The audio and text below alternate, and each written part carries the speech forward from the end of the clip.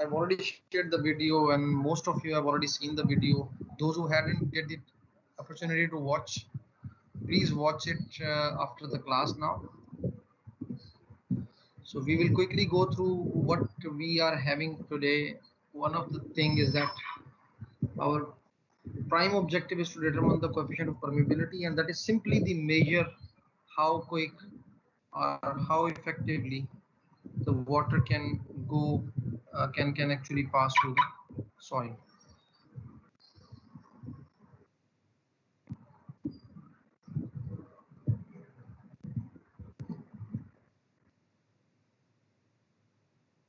So we have two different types of soils. If you recall, I will quickly show you in our slides also.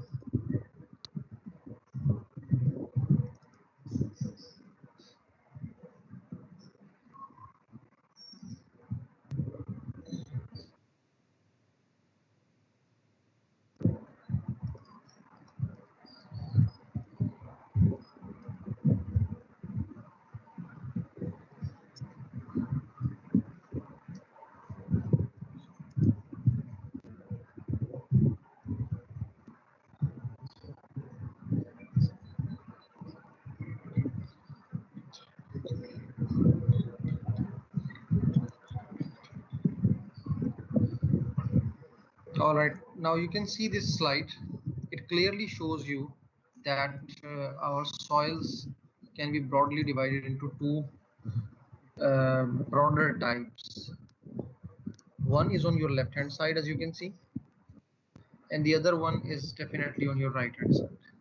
These are the fine grained soils on your left hand side and the coarse grained soils on your right hand side. So practically speaking, if you recall the previous discussions prior to your midterm, when we classified soils, when we learned about these types of soils, the basic difference when we talk about permeability comes with the number of voids, their sizes and their interconnectivity. Gravels, they offer larger voids and they have better connectivity with their voids, with the neighboring voids. However, sands, relatively smaller in size, still offer good connectivity of the voids because of their sizes. Then silts are further reduced in size, more complicated structure, and clays are simply the small particles, very fine particles, and they have very poor connectivity of voids. So keeping that in view, we can see that through coarse grained soils it is expected that the permeabilities are quite high, as you can see the numbers here, this one as well as this range. So that shows water can easily cross through. That's why you see most of the time the foundations in railway substructures as well as highways, they have the foundations laid by gravels, which serve two purposes. The first purpose is definitely the good drainage characteristics. Water should not stay there and simply comes out. And the other one is to provide mechanical strength. So larger the particle size, more is the mechanical strength, more is the shearing strength of the soil. So for such soils, water drains out quickly. So we perform a different type of test for these types of soils. And then because some of the soils they offer you very bad permeability or very low permeability, I would say, and the water continues to seep through for ages, for a very long time. So we need a different type of test for evaluating the coefficient of permeability of these soils. One thing that is common in both soil types is that before you go for testing, before you determine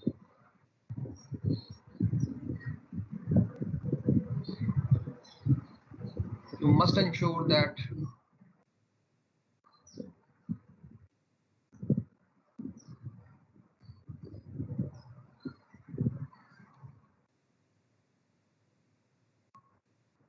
I was talking about this graph. So before you perform the test, you must know that the principle is the same for both tests. and this is why you will be able to call the coefficient of permeability as the outcome from both tests. समझ रहे हैं मेरी बात? I mean, this is quite understandable that आप दो different tests को use करके एक चीज नहीं निकाल सकते, उसको एक करने के लिए आपको प्रिंसिपल सेम यूज करना पड़ेगा. I'm sorry. So that principle comes from this particular graph. So when you allow water to seep through soils, if this is your specimen, and you allow water to seep through that soil, this occurs because of a head loss, and there is a certain velocity of the water flowing through the soil. और ये जो आपको पता कि अपने fluid mechanics में you have already learned that flows occur in pipes as well as in soils. They occur because of the head difference, because of the energy difference. So from one point, if you allow soil to flow, it will flow in the other direction. If you recall this trademark figure, so head here and head here, this difference of the head is called delta H, causes the flow in this direction. Do you understand this? Do you remember this? आपको पता है कि point A से point B पर flow will occur only because of the difference of the head, difference of the energy. So keeping that in mind, we must now assume that our soil for which we are performing test has a linear relationship between head loss or simply the hydraulic gradient and the velocity through the soil, and this is only possible in the laminar regime. laminar regime कैसे निकाली जाती है? आपको याद होगा कि Reynolds number हुआ करता था फ्लूइड मैकेनिक्स में.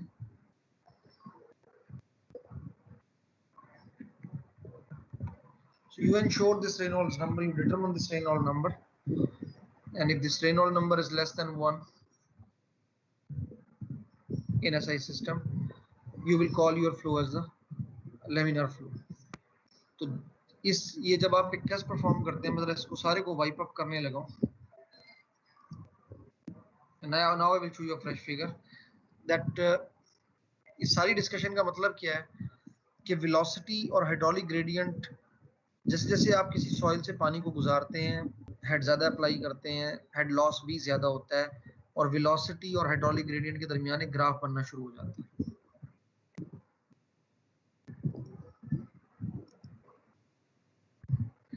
It progresses this way. You can see it over here. So to a certain limit, जो कि laminar flow कहलाता है, ये लिमिट है. यहाँ तक जो रिलेशनशिप है between I and V remains linear.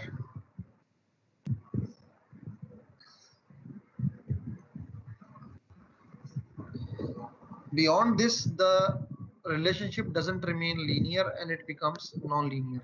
इसको ट्रांजिशन जोन कहा जाता है. और उसके बाद ये बिल्कुल ही जो है ना डिटेरियोरेट हो जाता है और अजीब सा एक रिलेशनशिप बनता है जो डिफाइन नहीं किया जा सकता. And we call that as a turbulent flow regime और turbulent flow zone. So our both methods actually remain within this limit, and that's the basic principle, that as long as V is directly proportional to I, we say, okay, the test we are performing and we are determining K is called coefficient of permeability.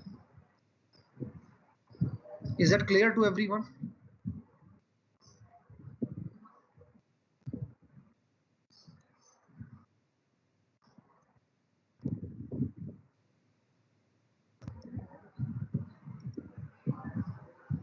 यार कोई जवाब दे दो.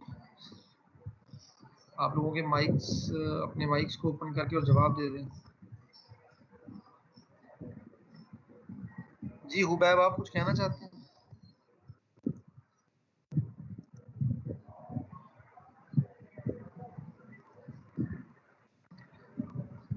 उजैर कोई हाँ ना में जवाब दे दो यार, मुझे पता लगे मेरे साथ. Yes, sir. समझ आ रही है आपको ये बात कि ये टेस्ट क्यों हम दो डिफरेंट तरीकों से करते हैं और उनको हम कहते हैं coefficient of permeability.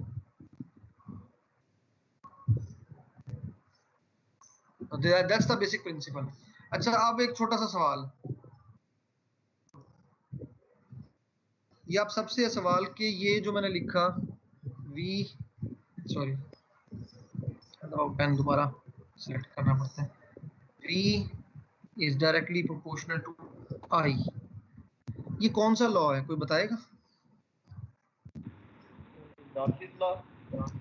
Yes, this is Darcy's law. So Darcy's law is applicable, and as long as this is applicable, we consider that our both methods have close relationship or they are compatible with each other. तो आप cohesive soils के लिए एक different तरीका इस्तेमाल करते हैं और आप अपनी जो फाइन ग्रेन सॉइल्स हैं उनके लिए different. Now to determine them, sorry problems with, just give me a minute, मैं थोड़ा सा इसका चार्जर वगैरह लगाऊं ताकि ये डेड ना हो जाए। Just give me a minute.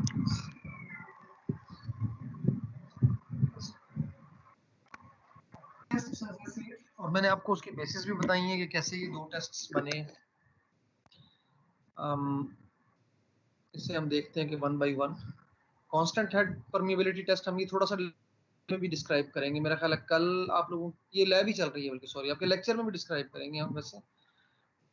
So you can see that there is a reservoir and we try to first maintain this reservoir head. हम इस लेवल को मेंटेन कर लेते हैं by having equal supply of the inflow as the outflow goes out. So we maintain this level. जब ये level maintain हो जाता है तो सैंपल में से जो आपके पानी बाहर आ रहा है, ये जो लेवल है ये तकरीबन हमेशा कांस्टेंट ही होता है। तो ये जो डिफरेंस हो गया, this now becomes constant, this difference of delta H, and that gives it the name of constant head permeability test. So what we do, यहाँ से हमारा इनफ्लो हो रहा होता है जो ये आपको नजर आ रहा है, यहाँ से ये आउटफ्लो होता है, स्पेसिमन में से फ्लो होता है और स्पेसिमन से फिर बाहर फ्लो आ जाता है। और हम क्योंकि इसको अंडर प्रेशर अप्लाई करें डेल्टा एच को जब आप लेंथ पर डिवाइड करते हैं that gives you the hydraulic gradient. और आपको पता है कि पानी इसमें से क्रॉस कर रहा है तो there is certain velocity, there is certain cross sectional area of the specimen is given by A. So you can calculate easily the discharge, or I mean you can note down the time and you can have the flow as well, the flow information. So we simply use this formula. अब इसको tabular form में अगर देखें, these are the calculations involved, and just try to have some attention over here. ये जो difference है देखें तकरीबन कांस्टेंट है हर टेस्ट के अंदर जो आप कर रहे हैं। रिजर्वायर लेवल पर नजर डालें, this is also constant, is it or not? And now look at the time, it takes only 60 seconds because this is a test on a coarse grained soils, the constant head permeability test. The rest of the calculations are quite common. You note down the time, you note down then the discharge, which is volume over time. Temperature is used to apply the correction. I've explained it in the your videos. And you simply use this formula which is written over here in the second last column, and then apply the correction. Now you obtain three values as you see over here. So in तीन values की आपने हमेशा average लेनी है, but make sure that the difference between the three values is not more than plus minus 5%. यानी हर value दूसरी value से plus minus 5% से ज़्यादा different नहीं होनी चाहिए. If it holds, then you can have the average and you can rely on that. But if it doesn't hold, you need to redo your test just to make sure that there is a good repeatability. Now this is regarding the constant head permeability test. Now what happens with the falling head permeability test, I will quickly share with you, is that the time that is required, a very long time is required actually for the soil, the water to pass through. तो जब हम test start करते हैं तो हमारा test पर test starting के वक्त जो लेवल होता है वाटर का और the head available H naught is here where I've simply highlighted. Then when we finish the test after time t, t time जो days में भी हो सकता है, hours में भी हो सकता है, and that can be in minutes as well. So we always get this type of this much head loss, drop in head, H naught minus H1. So flow occurs exactly the same way.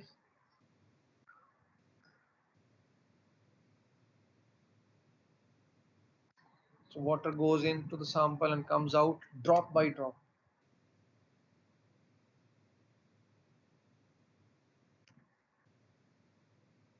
So drop by drop आता है क्योंकि उसमें आपको पता है कि fines are having very low interconnectivity of the voids. So drop by drop, you collect the water, and this is generally collected in a graduated cylinder. So graduated cylinder में आपको पता होता है कि आपने कितनी देर में कितना वॉल्यूम कैलकुलेट कर लिया इकट्ठा. Then you have a stopwatch that notes time as well.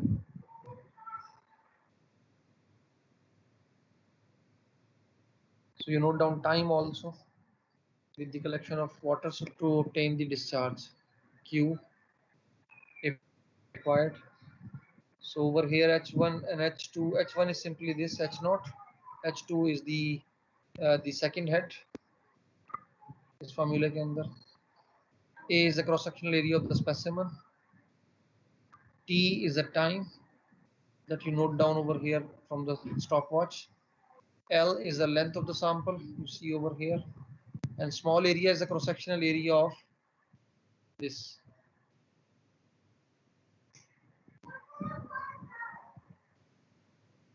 Tube. And these are the calculations. You can see there's always a drop in the height H2. और टाइम देखें जरा नोट करें time. पहले 60 second में test हुआ था constant and permeability test. Now it has taken 5 minutes. It is still something like very coarse silt upon which these test results are reported. But if you're dealing with clays, I can assure you that it may take even days, some time to give you enough discharge. So you should be able to come with the calculations. So the drop in height, drop in head, fall in head, that may be considerable after some days. ये मैं इसकी बात कर रहा हूँ, ये जो फिर क्लीन कर देता हूँ. This head drop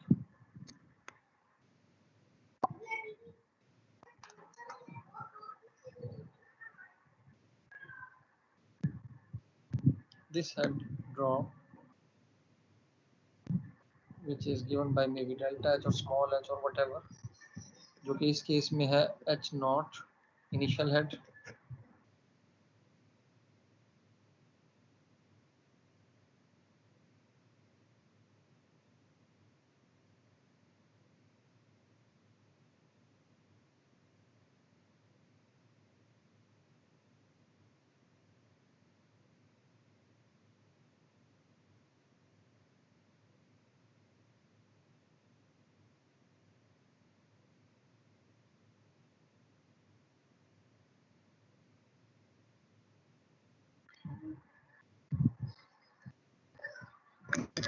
I'm sorry, थोड़ा इंटरनेट के issues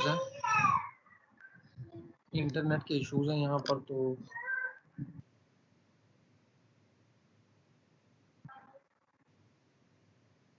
can you hear me now? Yes, sir.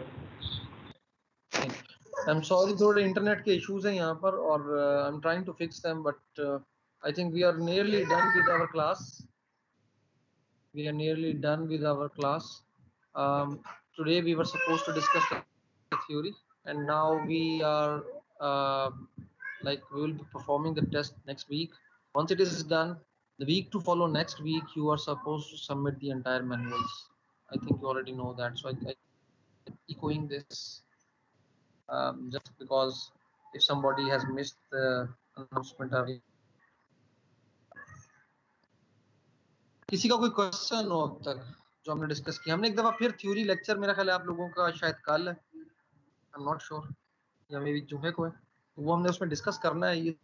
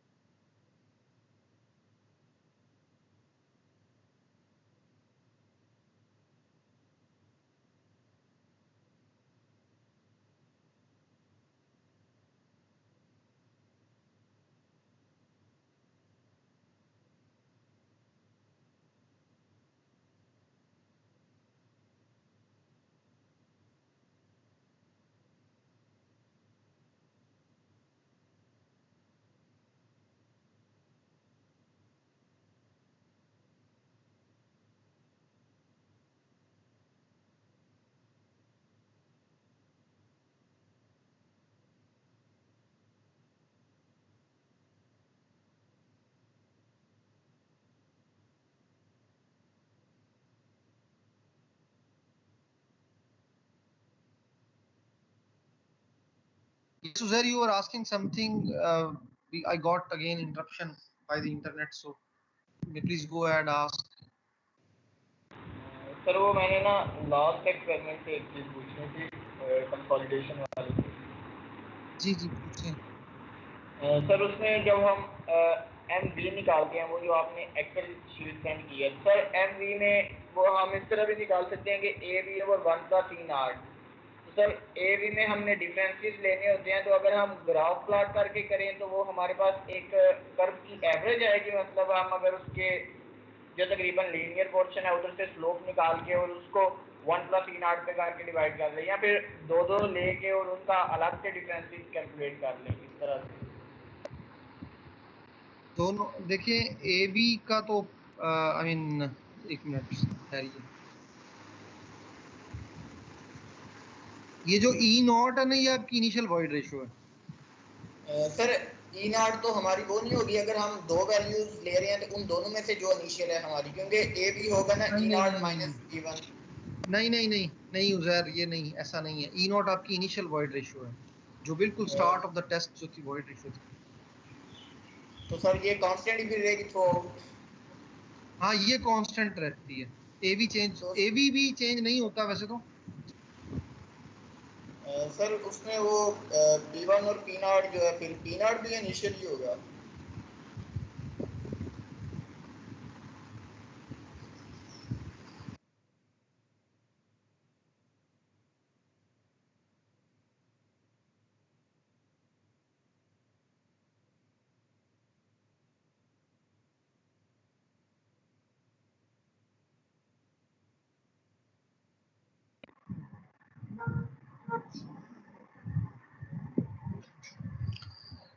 Ji Uzair, can you hear me now? Yes sir. ये देखिए, ये प्लॉट है ना between void ratio and pressure, from where you can get the A B directly. तो ये तो आप जो स्लोप लेंगे, आपने स्लोप तो एक टेंजेंट ड्रॉ करना है और उसका स्लोप लेना है बेसिकली किसी भी पॉइंट पर। ये जो फर्स्ट सेगमेंट है इस पर से, तो इसका जो स्लोप लेंगे, स्लोप में तो 2 पॉइंट आप लेंगे ना ई के लिए, डेल्टा ई के लिए। इसलिए जो फर्स्ट पॉइंट है वो नहीं हो सकता इसमें E nought. E nought is actually the point where the test was started, this one. Okay sir, मतलब सर फर्स्ट लोडिंग अप्लाई करने के बाद जो नॉट आएगा वो होगा? हाँ जी, जब आपने टेस्ट स्टार्ट किया था ना 0 टाइम पर। मतलब सर लोड पहला अप्लाई कर दिया और उसके बाद जो वाइड रेशियो आई है वो वाली?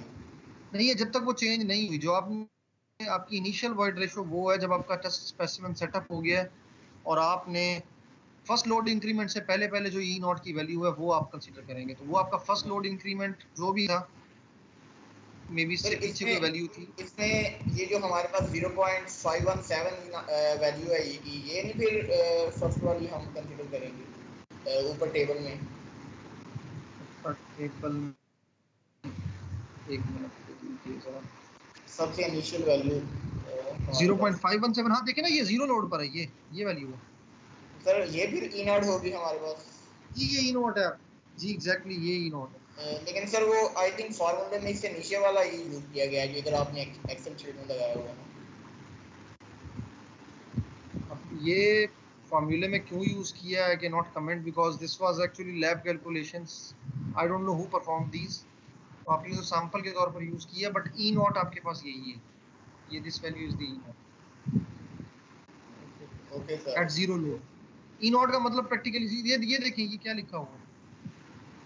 यस सर, वो तो ई नॉट। ठीक है, यस सर। उसे करेक्ट कर लें अगर आप फॉर्मूले से करेक्ट कर सकते हैं।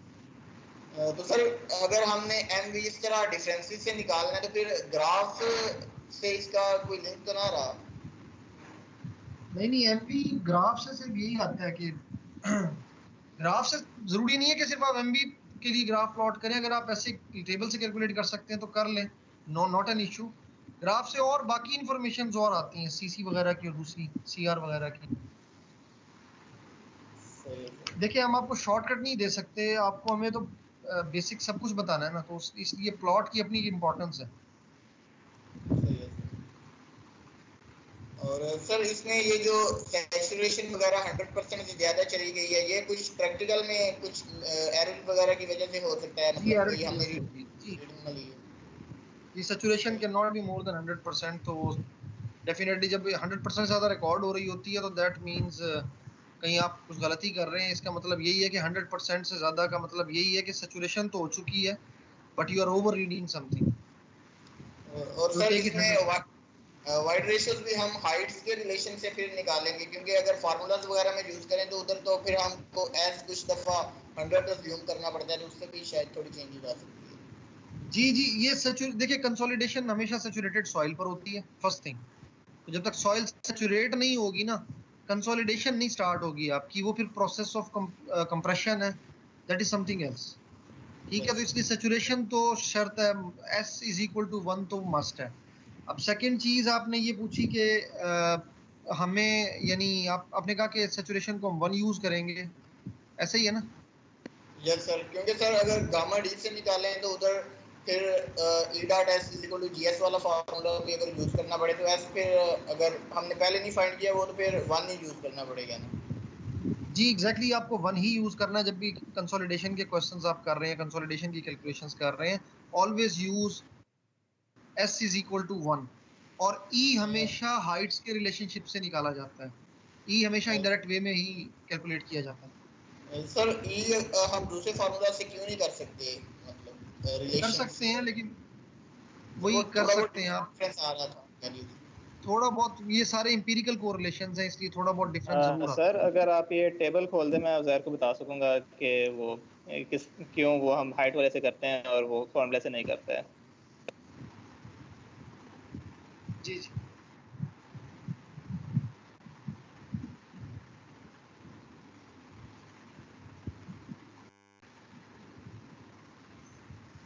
देख सकते हैं आप कुमार साहब। जी सर। अब उज़ैर आप अब जो फार्मूला है जिससे हम वो निकालते हैं वॉइड रेशो, अब उसमें आपको वो डेंसिटी चाहिए होती है ना उसकी, क्या कहते हैं, सॉइल की। Yes sir. लेकिन अब ये through out the experiment her load interval में टाइम के इंक्रीज होने के साथ साथ ये डेंसिटी भी आपकी चेंज होती जा रही है। Yes sir. सर वो तो वो इंटरमीडिएट्स तो के लिए तो फिर नहीं यूज कर सकते, क्योंकि उसके लिए अलग से डेंसिटी निकालनी पड़ेगी। इनिशियल और फाइनल के लिए तो आई थिंक क्योंकि पहले ही निकाली हुई है ना हमने गामा डी।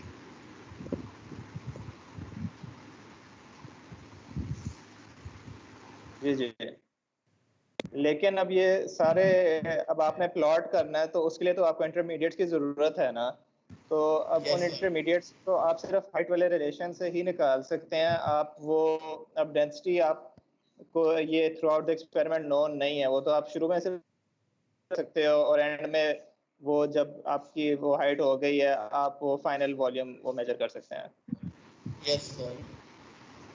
तो इसलिए वो हमारा ये हाइट्स वाला रिलेशन होता है जिसे हम ये निकाल लेते हैं थ्रू आउट द एक्सपेरिमेंट के ये इतने जब ये सेटलमेंट हो गई है इसकी तो इतने अब इसकी ये वॉइड रेशियो होगी।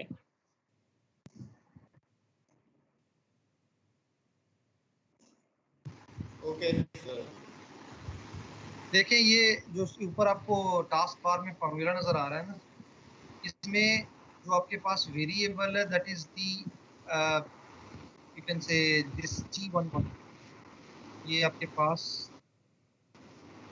सॉरी ये डेंसिटी, और density further depends upon the volume, क्योंकि मास रिमेन्स द सेम। हमारा अजम्पशन है मास लॉस नहीं होता, तो इवेंचुअली और वो आप क्योंकि कर रहे हैं इसमें रिजिड रिंग के अंदर, तो फाइनली ये सारा जो कोरिलेशन आपको टास्क बार में नजर आ रहा है ना लिखा हुआ, that actually depends upon the height of the sample. तो विद टाइम जैसे जैसे कंप्रेशन हो रहा है वैसे वैसे हाइट चेंज हो रही है और वैसे वैसे डेंसिटी इंक्रीज हो रही है, and this is where the void ratio is reducing. तो एक दफा एक्सेल शीट बना लें तो वो आप जैसे जैसे आपकी हाइट चेंज होती जाएगी वैसे वैसे आपकी कैलकुलेशन जो है ये डेंसिटी की भी होती जाएंगी। तो हर दफा आप डेंसिटी और फिर उसके बाद ई की value reduced value of E can be calculated okay and exactly the same has happened over here. ये अगर आप देखें, ये मुस्तकिल ये चीज इन्वॉल्व है इसके अंदर। देखें हाइट, ये देख रहे हैं जहां मैंने कर्सर रखा हुआ है, सर। ये दिस वैल्यू। तो ये किसकी वैल्यू हुई? हाइट की वैल्यू। तो हर दफा हाइट की वैल्यू चेंज होने से वो पूरा ई की वैल्यू चेंज हो रही है, because the only variable in your E, ये कहाँ गई है, ये है ई। इसमें सिर्फ वेरिएबल जो है वो आपके पास G11 है, सॉरी D18 है, sorry not G11। Okay, anybody else कि जिसका कोई क्वेश्चन हो? सर इसमें एमवी के जो नीचे हमने वैल्यूज नहीं निकाली वो भी हम फाइंड कर सकते हैं अगर हमने करनी हो, जिस तरह बिल्कुल कर सकते हैं। सही ये है। सारा कुछ आपको शेयर करने का मकसद ही ये है कि आप लोग कर सकते हैं, और अच्छी बात है कि करें आप वैल्यूज और उसको रिपोर्ट करें। Okay sir, thank you. चलिए, थैंक यू सो मच। हमारे साहब इनके साथ फिर कोई वीडियो वगैरह शेयर कर दीजिएगा जो परफॉर्मेंस की, जैसे आपने कंसोलिडेशन की बनाई थी। जी सर, आज मैंने वो लैब में एपरेटस की असेंबली का वो बनाया था, तो आज वो आंसर सैंपल रख गया है वो सैचुरेट होने के लिए, तो कल इंशाल्लाह मैं वो भी परफॉर्म कर लूँगा। इंशाल्लाह sir, thank you so much, so nice of you. और बाकी किसी का कोई क्वेश्चन है?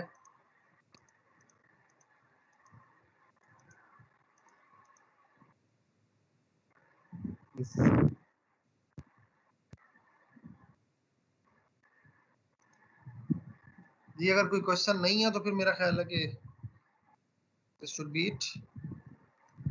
We keep it simple and brief. बहुत से लोग बेचारे चाह रहे होंगे कि जल्दी से छुट्टी हो जाए, इसको फिर मेरा ख्याल है जी सर। कोई आपने कोई अनाउंसमेंट करनी हो तो। नहीं सर, बस वो ज़हर बता रहा था कि हर किसी ने उसे वो फाइलें भेज दी हैं पिछली 2 जॉब्स की, तो वो कंपाइल करके बस मुझे सेंड कर ला। वंडरफुल। चलें जी, thank you so much, so nice of you कि आप लोग क्लास में आए और आप लोगों ने बड़ा अच्छा डिसिप्लिन भी मेंटेन किया। तो इंशाल्लाह we will meet again. Take care.